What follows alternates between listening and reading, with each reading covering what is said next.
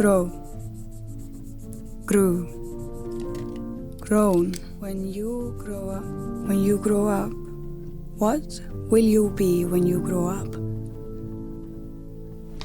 She grows, she learns, she improves. Her interest is growing. She grows and she will prove herself.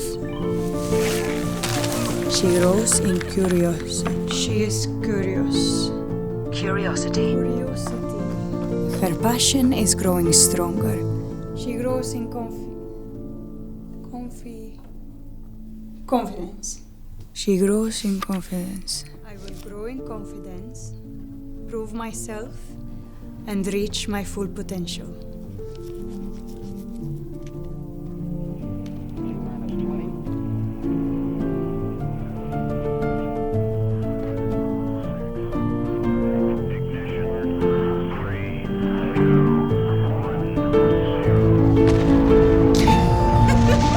This is where ambition grows, where potential grows, and where your future grows.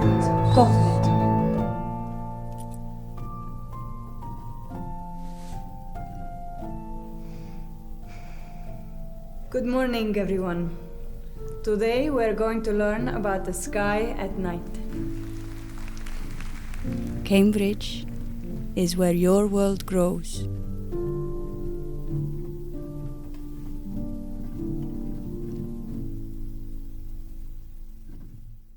Video, I was crying a little bit. Well, hi everyone. Welcome to the Working Smart webinar. We are excited to have you join us today for a special session featuring our speaker, Dr. Miranda Hamilton. Miranda has over 25 years of experience as a teacher and a teacher trainer. She holds a PhD in e-learning, second language acquisition, and learner autonomy. In today's session, she will share an extensive knowledge and strategies on these critical areas for language learning, focusing on practical approaches and promoting learner independence. The theme of today's session is Working Smart. My name is Jennifer Gonzalez, and I'm the School Marketing Manager for Cambridge, based in Mexico. I'm delighted to have you with us today. Before we begin, here are a few tips to ensure you have the best experience. Please check your audio and internet connection to make sure everything is working smoothly. As this is a live event, we appreciate your patience should any technical issues arise. For any questions during the session, please use the Q&A feature in the Zoom menu. Now, let's hear from Miranda, who will be leading today's session. Miranda, the floor is yours. Let me share my screen. Hold 1 second. We are here for you. Is it there? Have you got it? Not yet, not quite. Now, there you go. Now there's Excellent. We're good to go. It's lovely to be here with you today. So let's make a start. I have been happily introduced to you. So I am Miranda. Let's take a look at our agenda for today. We're going to be talking about the SMART exam preparation journey. But I want us to really explore what it means to work smart. And then to think about exam preparation through this SMART lens, starting with the bigger picture of your learning program, moving on to thinking about a SMART weekly plan, before working smart in the classroom. And I'll show you some activities that you can try and some ideas and strategies you might like to take away and think about and perhaps try when you go back into the classroom. So our journey today, everything that I'm going to talk to you about today features in the exam preparation journey pack, pack 2, How to Be Smart, and the links are supplied. Let's start. So the exam preparation journey means checking your destination, planning that journey, thinking about the route you're going to take, signposting the route and identifying check-in points along the way. Why? To check on learner progress, so that you can then respond to the specific needs of your learners, ensuring that they're ready for exam day. So working smart really is an approach that's going to help you help your learners on their journey. So what does it mean to work smart? We talk a lot about setting goals and objectives on the learning journey. But what do we mean? We mean thinking about being specific, making sure those goals and objectives are measurable. Importantly, they should be achievable so our learners succeed, and that they should be relevant. And of course, it's an exam journey. It is time-bound by the date of the exam. So, what does this mean in practice? Let's start with the bigger picture, the whole learning programme. So, specific, what do we mean? It's important to really focus on that destination, to keep it in mind with long-term planning. And that means something as simple as checking the date of the exam, keeping it in mind. Getting to know the exam and the exam papers. Understanding the task types in each paper. And then to explore all the exam resources and support that's available. And this might include your course book, your teacher's book, online resources, webinars such as these, as well as the resources we have on the Cambridge University Press and Assessment website. There's lots of ideas for you to explore. But we have to think about measurement and the value of measurement, because you need to check whether your learners are on track. You need to understand how they're going to be assessed in each exam paper. So a really useful tip is to really check that exam criteria, and that's going to help you to evaluate your learners' progress through the course so that you can tell that they're ready for their exam. But build in time to collect evidence of learning. Because if you build in time to collect evidence of learning, you can then measure their progress. Think of strategies and the type of evidence that's going to help you assess their progress. And now achievable, of course achievable. Set achievable goals. We want our learners to be inspired with confidence, with self-belief that they're going to do well in their exams. So break that journey down into smaller and achievable bite-sized steps. Step by step through their learning journey, focusing on achievement and progress and milestones, and importantly, celebrate progress, celebrate achievement with your learners. But what about relevant? What does this mean? Well, this means that you can inspire and motivate your learners by sharing with them the real-world relevance of language learning and the skills they're learning. And this will make language learning feel meaningful, useful. So look ahead to each exam paper and the task types, and reflect on how each paper and each task type might help your learners beyond the classroom, such as speaking and writing, really useful skills to develop. And what about time-bound? What's the value here? What do we mean by this? Well, exam preparation has a very clear start and end date. But it can help to work backwards and plan towards your exam day by looking at the end date, but working back. So thinking about when you're going to administer your mock tests. Build in regular progress checks to check your learners are on track. But importantly, please build in points at which you can stop and check, and where learners can reflect on their progress. And check your resources as you map your journey. What materials, what links are going to help you? Talk to your colleagues, talk to other teachers. What works for them? What do they like? And share resources between each other. So let's move to the SMART weekly plan. What does this look like? What does it mean? Well, the SMART weekly plan should be specific. So identify, as you plan for the week, those goals and the learning objectives, the journey for the week. But those goals should have a connection and a link to the exam so that you're moving along gradually towards exam day. They should be measurable. Think, as you plan, how are you going to evaluate your learners' learning and progress this week? And for you, what type of evidence can you collect that's going to help you to check that your learners are on track and achievable? Set achievable goals for those learners and celebrate their success. This was really going to inspire them and make it relevant.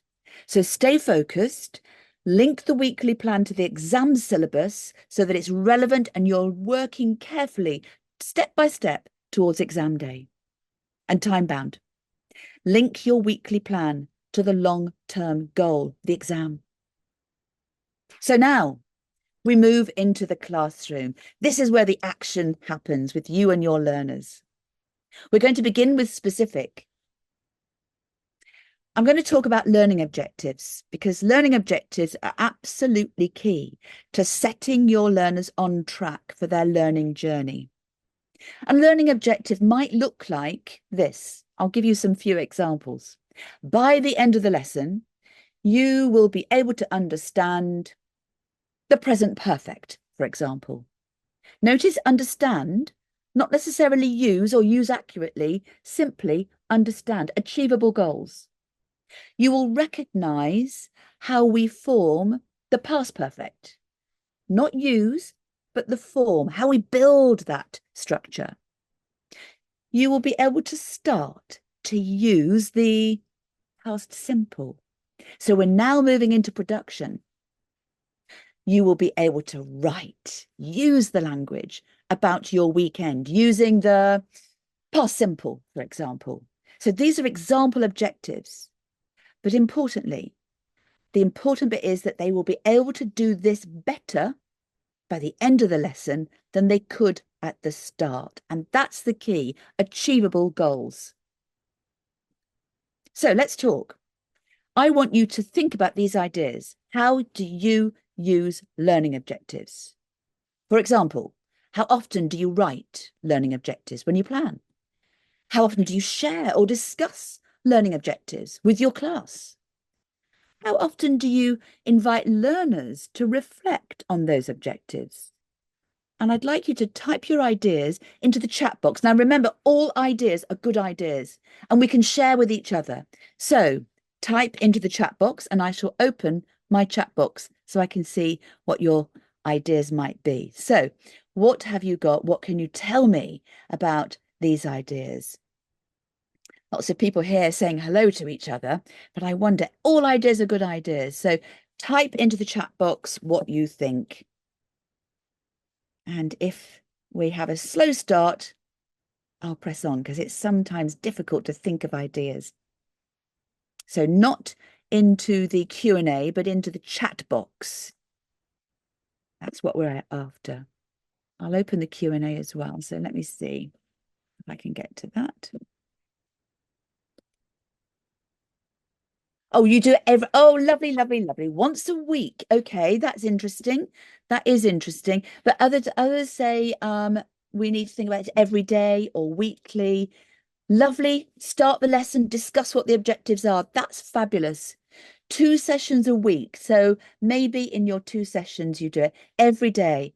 Superb. Oh, I can see that we have some wonderful Mexican teachers here. Lovely. Oh, some really nice things. Wouldn't it be lovely to share these things? Nice. Use the objectives every day at the beginning of the lesson.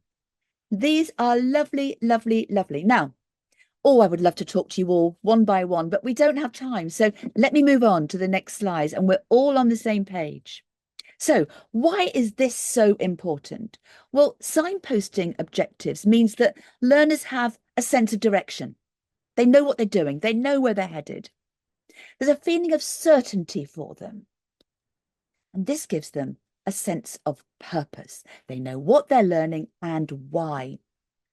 And this gives them a focus and a reason to learn. Setting for our learners boundaries. And we all know that students, young and old, young learners, mature students, love a boundary. They like to know what they're working within. So plan your objectives, and I can see you do. But keep things simple, but work with them. That's important. So, how? Write them on the board. Talk learners through those objectives. Refer to them and remember that they're there. It helps to talk them through at the start of the lesson, and I can see that many of you tell me that you do. As you complete an activity or before you start an activity, refer to them during the lesson. This is going to help you too. And talk about them at the end of the lesson. Look back, reflect, take a moment. What you're doing is creating an environment for learners to reflect. Learner reflection is absolutely central to self-development. Let's look at our objective again. By the end of the lesson, you will be able to do something better than you could at the start. And this is a superb strategy for learners to self-assess and for them to stop, think, look at their progress, collect their own evidence. They can evaluate their own progress, their own learning, giving them more autonomy. So we've started to think about measurement, and I want to go down this road now. Let me just click through. So let's think about measurement. And we're going to talk again. So get ready with your chatting fingers. Ideas exchange. How do you check if learners are making progress? What strategies do you use? How many ways can you check that your learners are making progress? Think about that. Type your ideas into the chat box, and all ideas are great ideas. So have a think and type. Let's have a look. Self-testing or the flipped classroom. Now that is an interesting concept. Yes, I think so. That's a subject for another webinar altogether, isn't it? Self-testing we could call self-assessment. Any other ideas that you use? Have a aware of my gamification, aware of my knowledge and peer testing. They could do a presentation. In their communication skills and writing progress. Yes, there's some nice things coming in. Ask them a question to use what, lovely, I'm liking that too. And ask them, in fact, what I'm hearing a lot is that you talk to your students. I love the idea of using Kahoot, speaking to them, working as a team, and then using the language in context. Some fabulous ideas and review. Why not? That's a great idea. I like this idea, collage. Wow, that's lovely. I'd like to find out more. Now, I don't have time, but I'd love to talk to you all about all of your fabulous ideas. We need to move on. So should we take a look at some other strategies? No one's mentioned this, but I think you'll all be aware of it. But monitoring with your students can be linked very closely to the objectives. So we all monitor as students as they work in class, but we can monitor and look for progress against those objectives. And we may make a mental note of their progress against those objectives. We'll be looking for good performance, any gaps there might be in understanding. And then we may give whole class feedback or individual feedback, perhaps as we go around the class or at the end when we bring the class back. But importantly, celebrate success and respond to those learners who you identify as needing more support. I'm going to show you a super quick measurement strategy. Very, very quick, very, very easy. So let's take a look at this. I'm going to move my chat box because it's all in the way. Okay, so checking against objectives, a quick measurement, quick assessment. You ask them, how are you doing? Thumbs up, I've got it. Maybe, not so sure, doing fine. Or thumbs down, I need help. This is a really fast way, but it is a measurement. You are assessing. Here's another way, super quick, super fast. You can give your learners traffic lights. Now, there's a link in this, I've supplied links to all of these materials, and you invite your class to stop, think, and signal. Now, you can download these traffic lights. Green, I've got it. Amber, I'm doing fine. And red, I need help. And you ask learners to set the card that's true for them on their desk. Very quietly, no fuss, simply they turn over the card that they feel is right for them. So what's the value of these super quick assessments? It's vast, but it's clearly linked to those learning objectives. It's at a glance collection of evidence. It's also learner reflection and self-assessment. And this is going to inform your decision-making in the lesson, what you do next, where you go from here. But let's not forget the learner. The learner knows that the teacher is checking if they need help. And they feel safe. It's a non-threatening way of asking or telling them that they understand. Or, please help me. Let's take a look at another way of measurement. It's elicitation. We all ask our learners questions. You've all mentioned asking questions, and I'm thrilled to see that. But eliciting really helps you to check understanding of vocabulary, grammar, concepts. That's going to help you as you ask your learners questions to identify what they know and what they can do.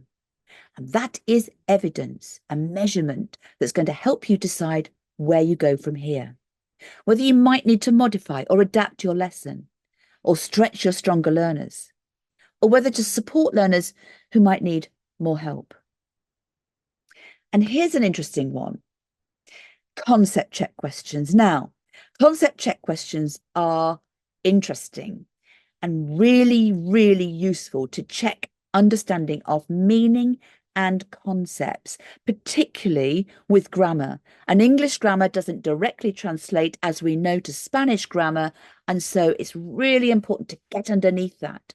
A concept check question will take you there. Good tips. Plan your concept checks before the lesson. Concept check questions should be, or are better if they're yes or no questions, or very simple what, where, when, why, how questions. And never, ever use the target structure or unfamiliar vocabulary, because if they don't understand the structure, they can't answer the question. Now, this evidence will help your decision making. So let me show you an activity, and it's called Let's Take a Vote. It's a concept check activity. So here's a situation. Let's take a vote. The situation is this. I am teaching you the second conditional. How lovely. And I want you to, by the end of the lesson, to understand the concept of the second conditional. Not necessarily use it, but understand the concept. Here's my sample sentence. If I won the lottery, I would buy a sports car. Let's concept check. The aim is to check you understand the concept.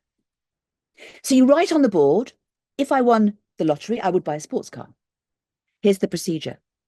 Make a set of voting cards for each learner. And here are some examples that you could use. You ask the class the concept check questions and then ask them to vote by holding up the correct card. You could do this digitally or technologically. I'm sure if you've got learners who are able to use mobile phones or in your schools, you can. Another option is that you can invite learners to discuss their choices before they vote, and then invite learners to explain their choices. So let's concept check. Are we ready? If I won the lottery, I would buy a sports car. Question 1. Have I won the lottery? Choose your card and vote. You can play along if you wish, but I'm not going to wait for you to post your answers. Second one. Am I going to win the lottery? Interesting questions. They can vote with their one-word answers, but you can introduce a conversation. I like this answer. Once. Yes, you only do it once. So you can introduce a conversation around this, around, is it possible? Is it a dream? Is it a hope? Is it an aspiration? Let's go again. Am I going to buy a sports car? Nice little questions there. Yes or no? Maybe. Choose your card and vote. Next question. Have I got a lottery ticket? Who knows? So you can see that we're gradually getting closer and closer to the nature of the concept of our second conditional by asking very simple, short questions. Here we go. This is the big question. Is this situation real or imaginary? And here we're at the heart of the matter. So choose your card and vote. So you can see the way we're drilling down using the concept check questions to check understanding. So what's the value? Concept checks really generate light bulb moments when the light comes on and your learners understand. And it's a quick fire assessment for you to identify who needs more support, to be stretched, and it will help your decision making about next steps in class, whether you do the next activity, whether you offer a differentiated activity, whether you need to modify or adapt in the lesson, and what you're going to do in the next lesson. And I saw some people talking about what they were going to do in the next lesson. Red flag, absolutely key. These questions look simple, but they're not. So always plan your concept check questions before you go into class, because they are so hard to get right on the hoof. Okay, now we move to achievable. I always say plan for success, but keep things simple. Top tip, if an activity feels too complicated, it probably is. If it's confusing for you, it will be for your learners. Also, build reflection into your lessons. For the learner, encourage them to think, what did I achieve today? So they leave the class feeling $1 million, that they did something, they learned something, they made progress. And for you, what did my learners achieve today? So reflection really helps teachers and learners to evaluate success and achievement, learning and progress, and next steps, and how to prepare for those next steps. I want us to talk about reflection in a different way, in a hot feedback way. We're going to think about hot feedback in class and how this can help. What is hot feedback? Hot feedback are learners' first thoughts.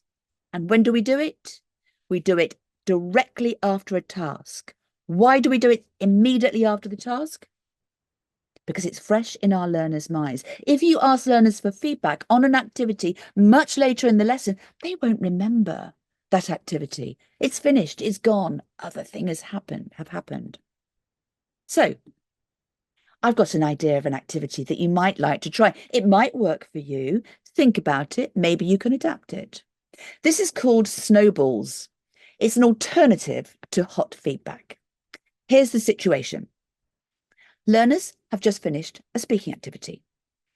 They've been practicing an exam task, and you want them to stop and think about the task and their performance. So you write a reflective question linked to the activity on the board. Here are some examples you might try. Now, these questions, the first two, are to encourage your learners to have a positive mindset. Remember, it's about achievement. Number one, what did you do well in this activity? Ask them to think about success, not failure. And I like this one. What did you notice your partner did well? Isn't it lovely to be able to talk about one another in a very positive, constructive way? Also, you can encourage learners to reflect on development and progress. Your tip to improve speaking. What would you do differently next time? Also, great questions. Next step, distribute a blank piece of paper to each student. Eco tip, use recycled paper. Now, this is the procedure. Ask learners to write their answer, in this case, their top tip, on the piece of paper. Then they screw up the paper and they make a paper snowball. Now it's snowball time. Think about your learners, think about your class. This may not work in your class if you have a very lively class. Learners can throw their snowballs, their paper snowballs, in class. And then, teacher, you shout, stop. Pick up the snowball nearest to you. Virtual snowballs? We could try. Can you type your top tip on how to improve speaking? I'm going to see if I can get anybody to type a tip on speaking. What would you recommend for learners? What's the best way to improve speaking? Can anybody type and tell me a message? I love seeing your voices come in. You might have to think about it. Never giving up. Lovely. Keep going one step at a time. Anybody else? Inside, outside, circle strategy. Well, that's a teacher tip, I think. But I think that would be something that perhaps a learner might not say, but a teacher might share with another teacher. Yeah, that's a nice teaching strategy. Yes. Anybody else? I love that. Never say I can't, and to try.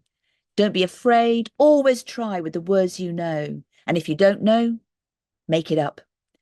Keep trying, keep trying, keep trying. Lovely. Always try. Oh, lovely. I can imagine you all working in class. I'm going to move on, but keep posting and sharing ideas, practicing pronunciation, but always say something. Lovely. Well done, everybody. What a great class you all are. So, what do we do next? Now we read, we share and discuss with our snowballs. So learners open their snowball and they check the message and they read it aloud in class. And you encourage a discussion around the ideas that your class have generated, their reflections, and write the big ideas onto the board. But once the ideas are on the board all over the place, you can explore and discuss these further. You can ask learners to think, how similar or different are our ideas? What are our strengths? What do you think we all need to work on? And what would you say is your top tip? That's nice. And you write the tip on the board, but it doesn't stop there because you have to be careful. It can be forgotten. Encourage learners to write the tip into their journals. We'll come back to journals in just a moment. So what's the value of this lively activity for you and for your learners? Notice these snowballs are anonymous. There are no names. So learners can speak and record their truth and share their truth. It also encourages learners to think and reflect, identify their needs. And it helps you as a teacher to identify and plan for where your learners feel they need support, finding resources and self-access resources for your students. So I want us to now look a bit more closely at working smart with learner journals. We mentioned it just now. You can use learner journals for an end of class reflection. This is called 3-2-1 reflection. And this is a really great tool for your learners, but also for you to reflect on your learners' thoughts.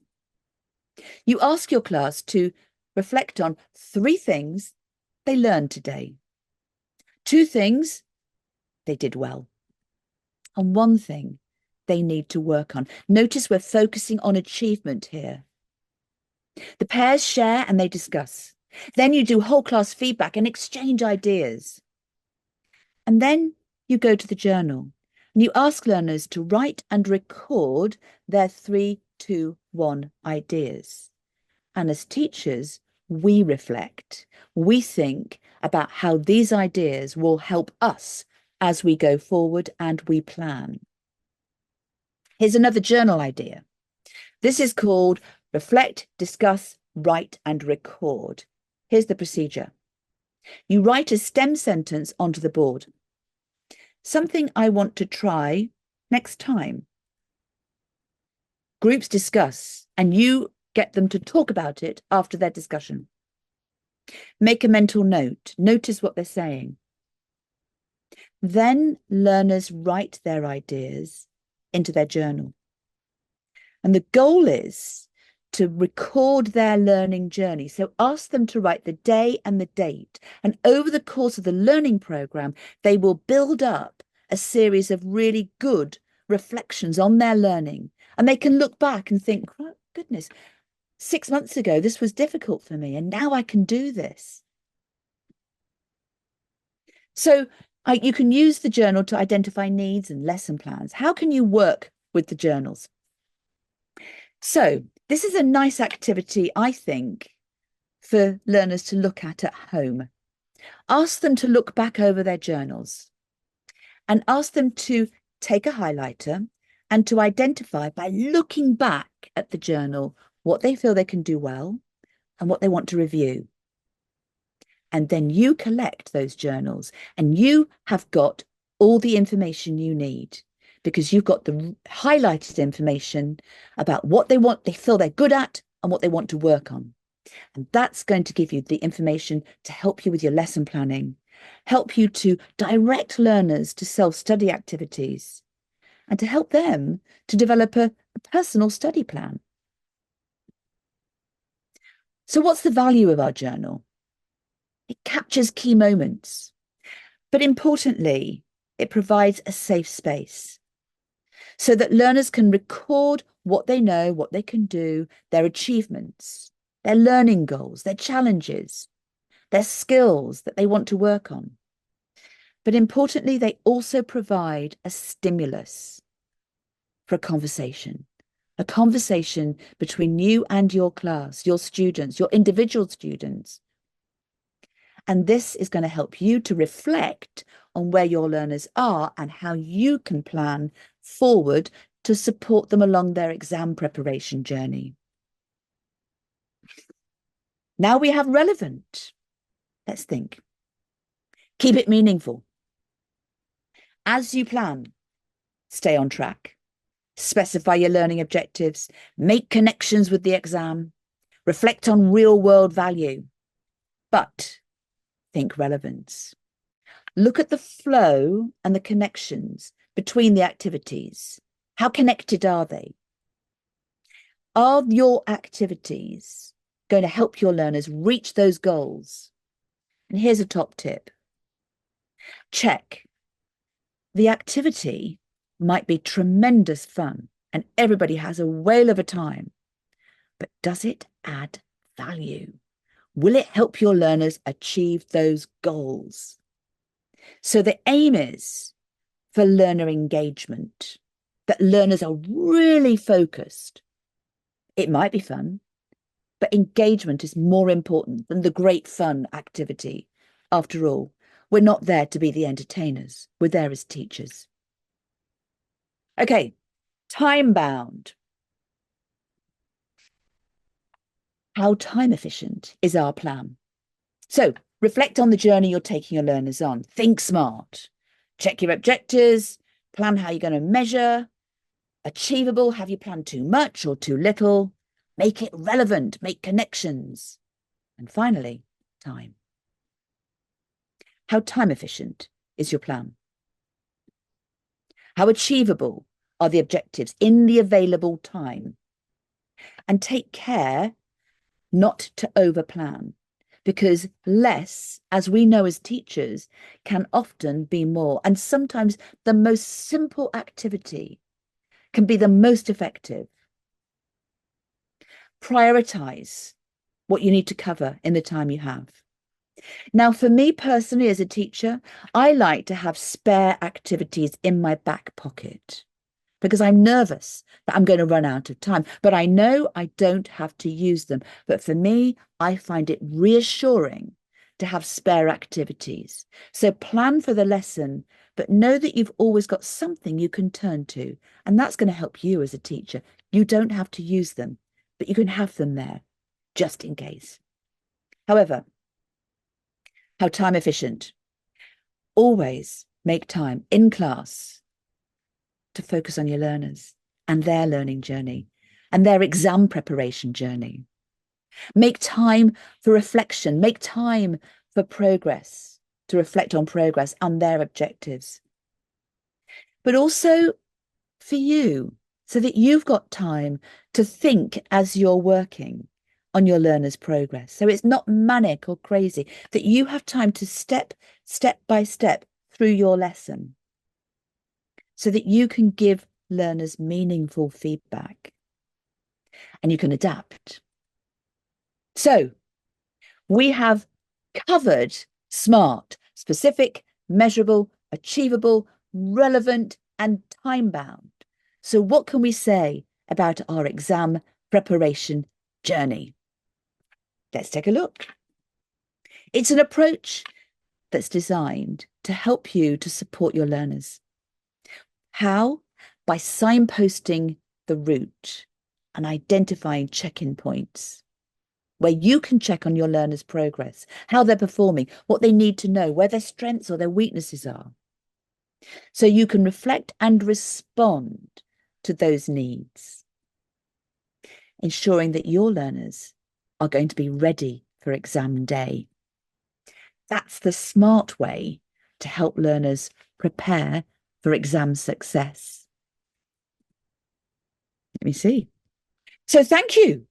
I think we have covered everything, and it's been lovely to have you here with me. So I don't know if you've got any questions that you would like to ask. You've certainly contributed some fabulous ideas. I'm going to switch my camera off, actually. So I think I know how to do that. So I think I'm going to disappear now. I don't know if my image is still showing. So there we are. So I'm going to ask if there's any questions now.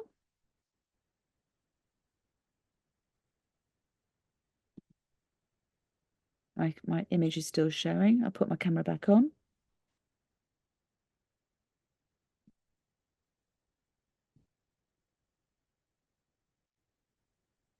You are sweet. There we are.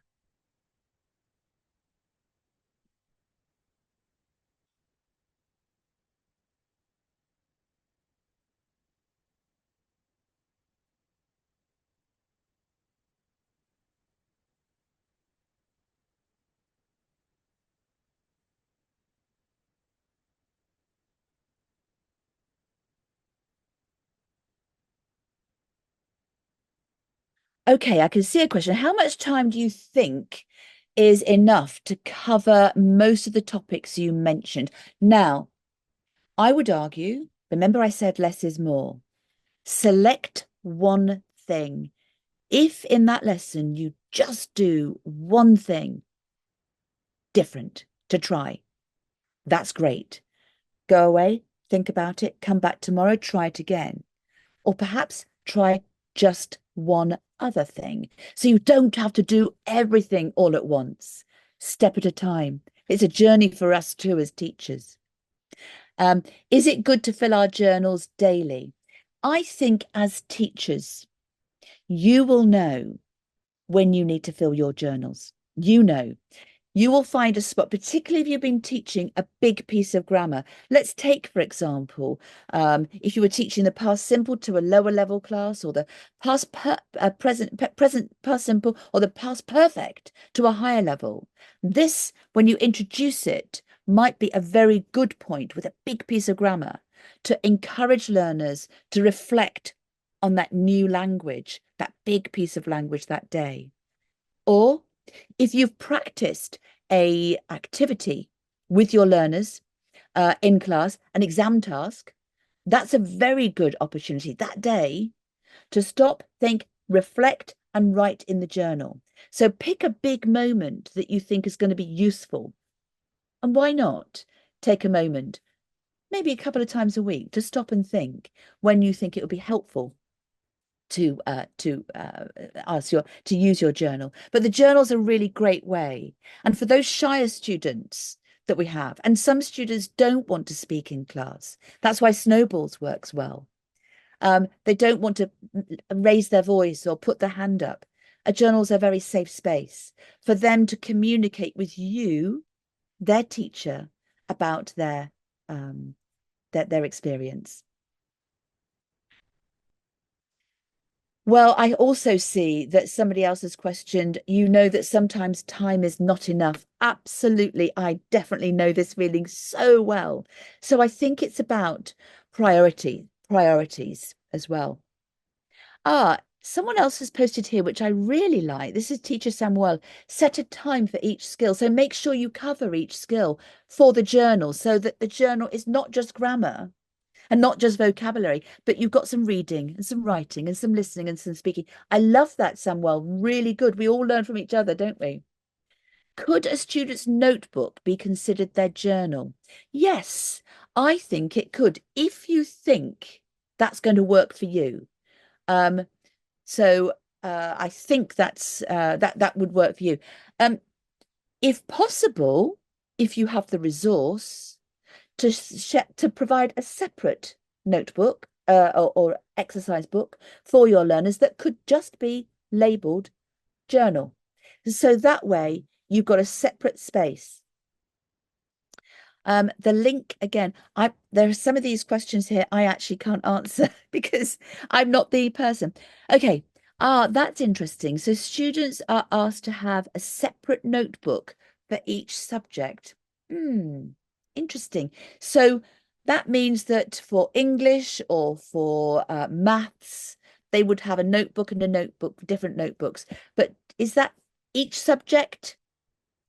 School subject, or is this each subject maybe in your way? I think if you've got a writing notebook, you could. I see. Yes, that makes sense.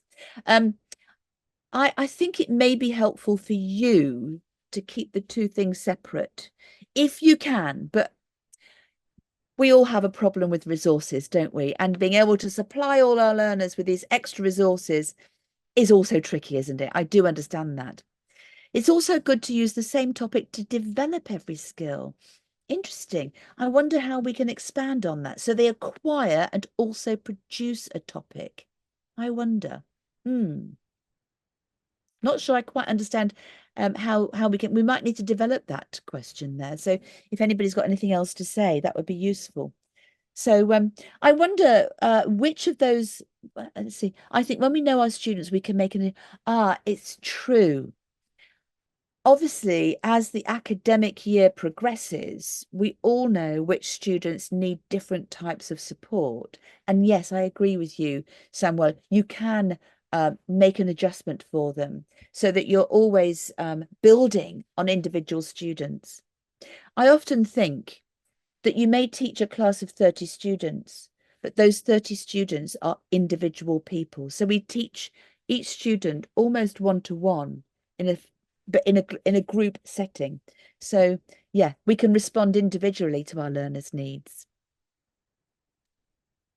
I wonder if you could share with me what age your learners are and what levels they are.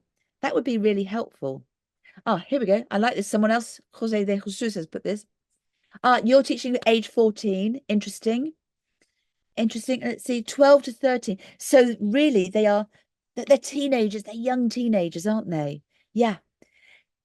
Interesting. And what level are they? What level are your students in terms of CEFR? Are they B1, A2, B1? Okay, so A2 to B1, B2. So you've got some B2 level. Okay, B2 to C1. Okay, so nice rate. Do you know you've got some lovely levels there? You've got some levels that are really good. Yeah, lovely. B2. And are they all, my other question for you is, are they all working towards a Cambridge exam? That's another question I have. I'm never quite sure. Oh, A2 to C1. Gosh, you've got the whole range there. Very different needs. So they're all working for an exam. Okay. Okay, they're all committed. They've all signed up. You're preparing them for the exam. Okay, and I'm interested to know, and they've got their exams in May. So you're very early, fairly early on in your journey. So there's plenty of ideas they can be taking. And what would you say for your learners that is their strong point? Think about your class. What do they enjoy the most? Where are their skills? You're preparing for FCE. Okay. What are your learners' strong points? Remember, I always like to think about achievement.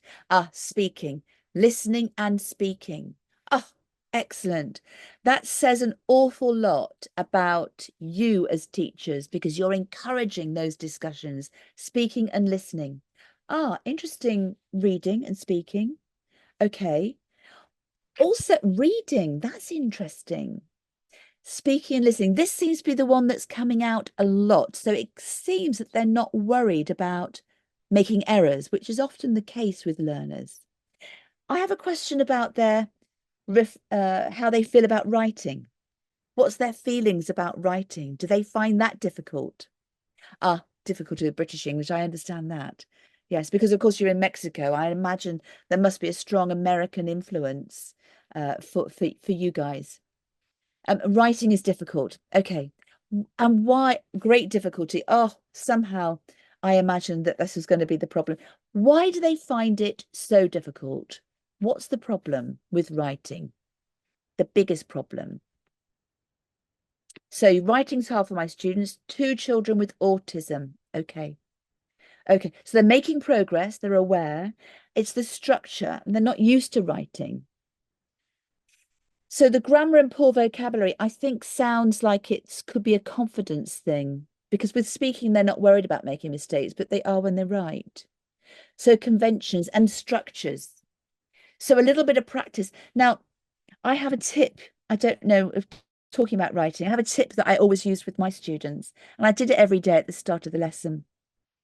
I used to do diary with them, a bit like the journal.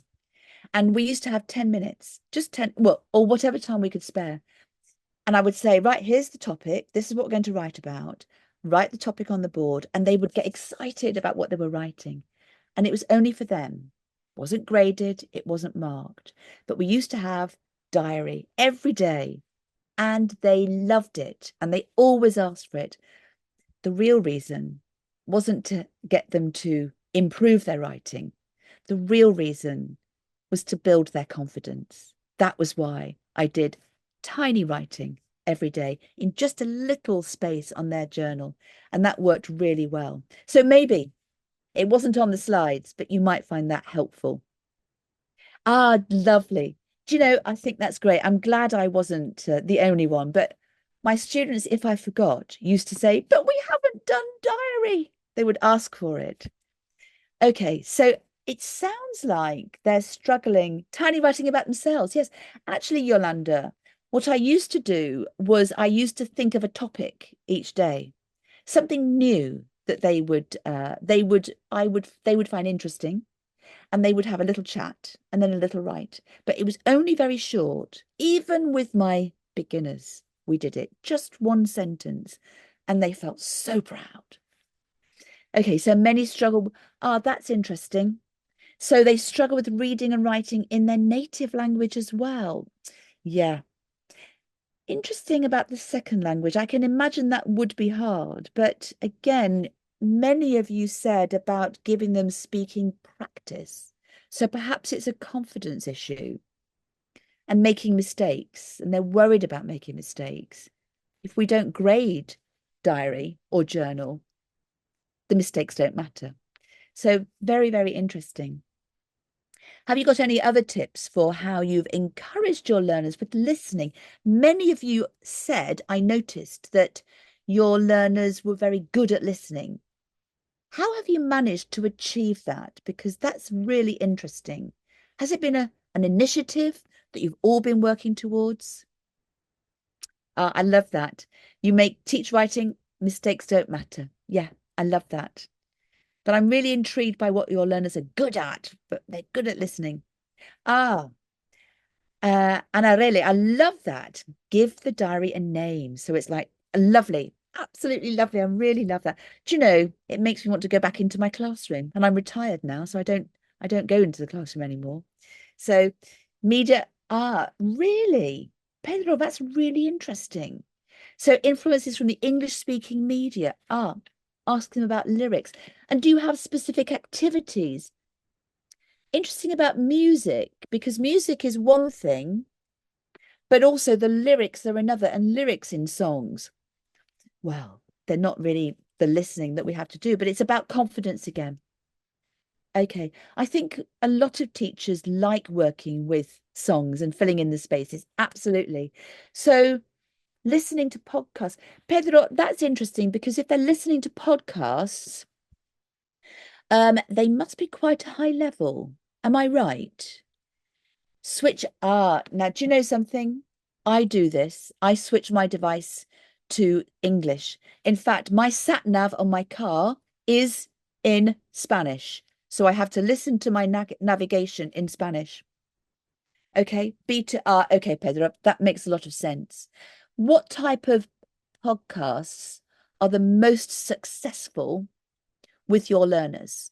Because we have a lot of political podcasts in Britain, well, that I listen to, but I'm guessing they're not listening to political podcasts. I wonder. Movie trailers and their scripts, also very interesting. And that depends on the movie. And I'm guessing if it's movies, you're also talking about American language as well and scripts. I wonder where you get the scripts. Oh, you can do okay. The Elsa speaking app also in class. Now that is interesting. I don't know the Elsa speaking app. That's a new one for me. Okay, so Priscilla, I really like that idea. It's useful for them to listen to both American and British. Okay, that's interesting because obviously that's reality. English is a global language, but it's different accents as well.